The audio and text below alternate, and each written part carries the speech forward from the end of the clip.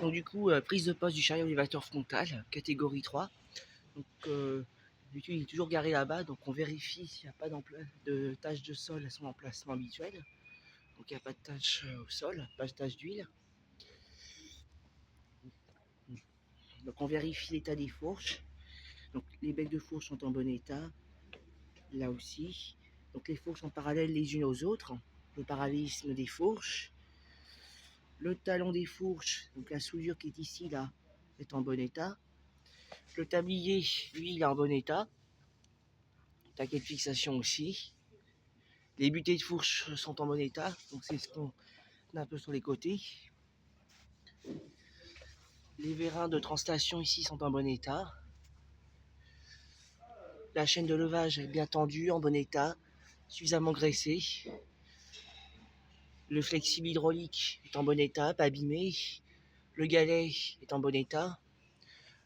Le galet du haut est en bon état. Le flexible qui passe là en haut est en bon état aussi. Le mât en état général il est en bon état. Pas de problème. Les vérins de levage là ils sont en bon état. Donc on appelle les vérins d'élévation en bon état. Les vérins d'inclinaison là on les voit pas très bien. Mais ils sont en bon état. Hein. Donc le protège-conducteur il est en bon état. Le châssis là ici il est en bon état. La carrosserie en bon état. La roue directrice, les bandages en bon état, bien dégagés, pas de saleté. La roue avant droite en bon état. Pareil aussi pour la roue avant gauche. On va vérifier la batterie. Donc la prise bien branchée correctement. Le coffre de la batterie en bon état. Donc la cosse plus et la cosse moins en bon état, pas oxydée. Barrette de connexion en bon état. Donc la propriété de la batterie, de l'ensemble de ces éléments, c'est correct. Hein.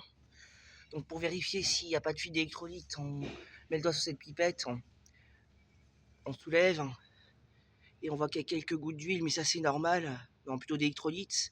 Ça c'est normal parce que comme le chariot est vieux, hein, il peut y avoir quelques fuites, hein, c'est normal. Hein. Donc s'il y a besoin de refaire la pointe pour les niveaux, avec cette pipette on peut remettre de l'eau distillée. Hein. Donc eau distillée plus acide sulfurique, ça fait de l'électrolyte. Hein. Donc on vérifie si les câbles sont en bon état, pas abîmés. Hein. Donc c'est correct, hein. Pas de souci.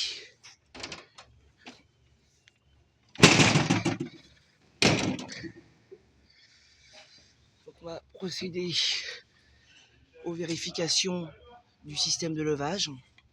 Donc là c'est parti.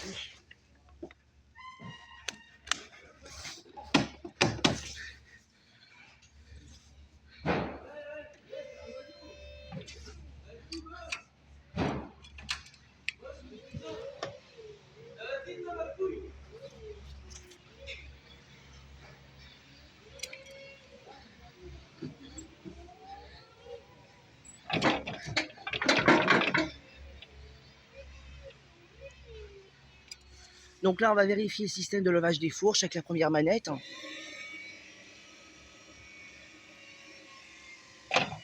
Donc là on vérifie bien si les vérins sortent bien, que le mât se déploie correctement.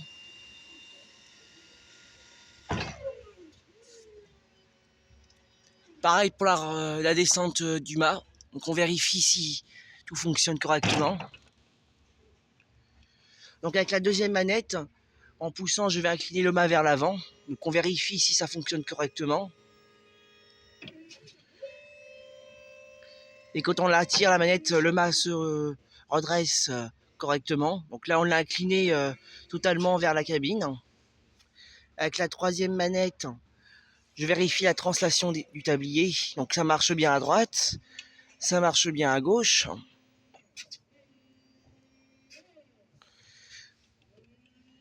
Donc toujours main inclinée vers soi et bec de fourche à 15 cm du sol pour circuler.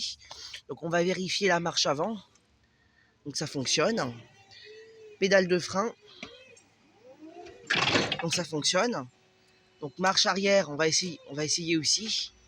Donc ça fonctionne. Donc toujours garder en arrière quand on recule, hein, très important. Donc on vérifie aussi l'arrêt d'urgence, donc ça fonctionne aussi. Donc on teste l'avertisseur sonore, donc le klaxon, donc ça fonctionne. Donc quand vous laissez votre chariot ou que vous l'immobilisez avant de descendre, pensez toujours à incliner le mât à l'avant, donc mât droit, fourche au sol, point mort et frein à main. Donc notre chariot est opérationnel pour travailler. Et on n'oublie pas de couper le contact.